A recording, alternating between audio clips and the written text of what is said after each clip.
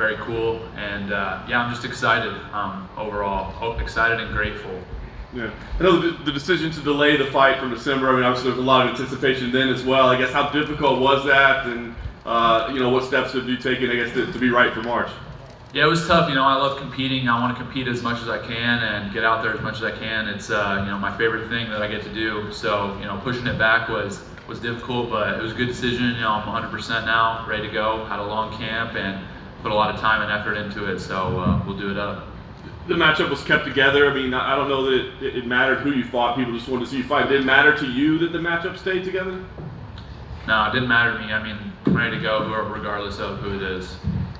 And you see all the debate, right? Does Bo Nickal deserve to be on this main card, pay-per-view right out of the gate? What do you say when people, ask, do you deserve this? Yeah, it's kind of a funny question, because it's like not really my decision. I'm not the one that makes that call, but obviously the UFC thought that it was the right move, and personally, if it does come to my opinion, I think it's the right move too. I think that there's a lot of people that want to watch me, a lot of people that want to see how I fare, and I think it makes sense. So obviously they agreed with that, and if other people disagree, then it's not really up to you either. Lastly for me, I guess, how do you define success here in your debut? Is it just victory? I mean, can you grind out a 15-minute decision and be satisfied with that, or do you have to keep this crazy streak of finishes going? I would obviously love to get a finish. I like to fight exciting style and make sure that I put on a good show for the fans. But for me, really, success is just being the best version of myself and performing to the best of my ability. So regardless whether I finish him in a minute or win a decision in 15, I think as long as I perform the best and I feel like I gave 100%, then that's a win in my book. Well, over here.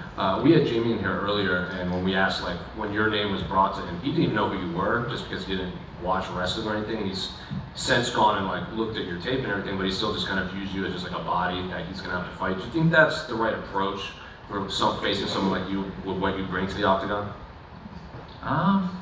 Probably not. I don't think that's a great approach. I would definitely, before I accept a fight, I do a lot of study and film on a guy. I think that if he actually didn't know who I was and accepted the fight, then that doesn't really make him look more professional or better in any way. But yeah, it's all good. I don't really care how he approaches it. I'm just focused on what I need to do. And obviously, you can't really, you've been wrestling your whole life. He's brought in fighters like Chris Weidman to help him train and prepare. How much can you learn to face someone like you in this only a short few weeks? Yeah, it's interesting, the idea of trying to bring someone in to emulate me. Weidman obviously is super talented, wrestling based, done a lot of good things. But I don't really think that there's anybody that has the skills that I have that is able to do the things that I can do. And so, maybe that's a good option for him. But as far as options go, there aren't many. And final one for me, we spoke to your coach, Mike Brown, and he wants a slow rise for you. He doesn't want this rapid ascension. So I'm curious, are you going to follow his advice, or how fast of a rise do you want? It's already been a lot faster than I anticipated. I expected to have quite a few more fights before getting to this point. Obviously, there were different plans in store for me, and I'm just riding with it. And so I trust Mike fully 100%, and I really lean on him and his advice and the advice of my management team, first round management.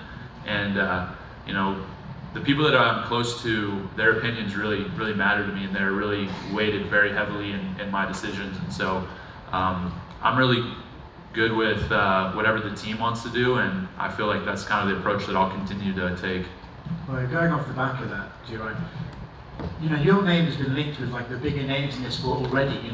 Is there any part of you that's a little bit disappointed you're not fighting a bigger name opponent for your debut just to make the biggest splash possible?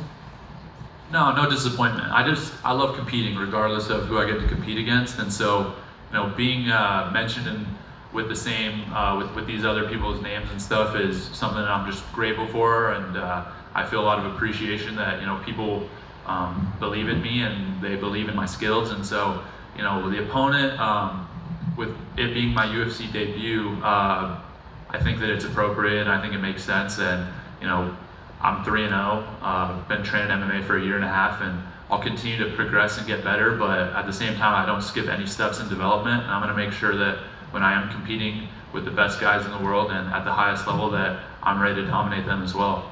You mentioned professionalism and you mentioned listening to your team and stuff like that. It's clear that's something you value. Do you look at the rest of the UFC and sort of think, there's some guys who just aren't that professional? You know, I think coming from my background, being a collegiate athlete at Penn State, you know, the winningest sports program in the NCAA in the last 10 years, not only wrestling, but any sport, I think that there's just kind of a different precedent set and there's a different mindset that I have, you know, and that doesn't really have anything to do with me personally. That just has to do with the people that I'm around, the program, and learning from a lot of great leaders and great individuals and people that have achieved super awesome things. And so I just try to soak all of that up. And I think transitioning to MMA, there's definitely a big difference in how people handle things, but it's not really, I don't think it's personal, I don't think it's anybody's fault, it's just the environment they're around, and you know, I've just been very fortunate to have a lot of good people around me. Last one for me, you know how hype trains usually go, right? It builds and builds and builds, and then the moment there's even a sort of hint of vulnerability, people say, oh, they're not that good. Is that something that you think about and think, well, I have to dominate everyone I go up against, or eventually people will turn against me, or is that not something you consider?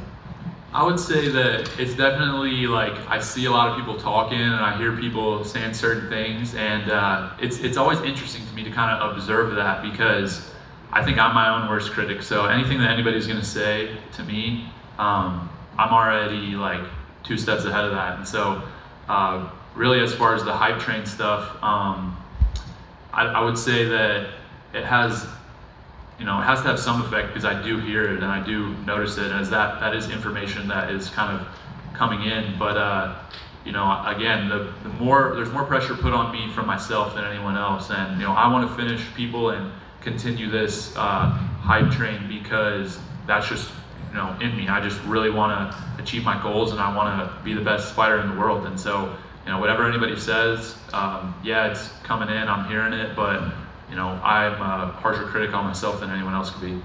Bo, right here. You mentioned it right there, you want to be the best fighter in the world. You've spoken previously about wanting to be one of the all-time greats. Is it motivating to look up this card and see Jon Jones, someone who a lot of people consider the best fighter of all time? And have you been able to take motivation from that, and have you had any conversations with him?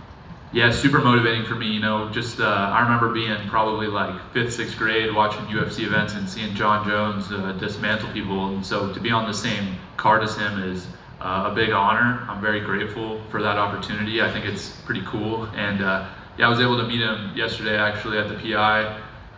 He tried to take me down, but I obviously stuffed that and ran around, got behind him and stuff. But yeah, you know, again, very grateful to be on the card, and he's definitely a guy that his fighting style I would like to emulate. Okay, so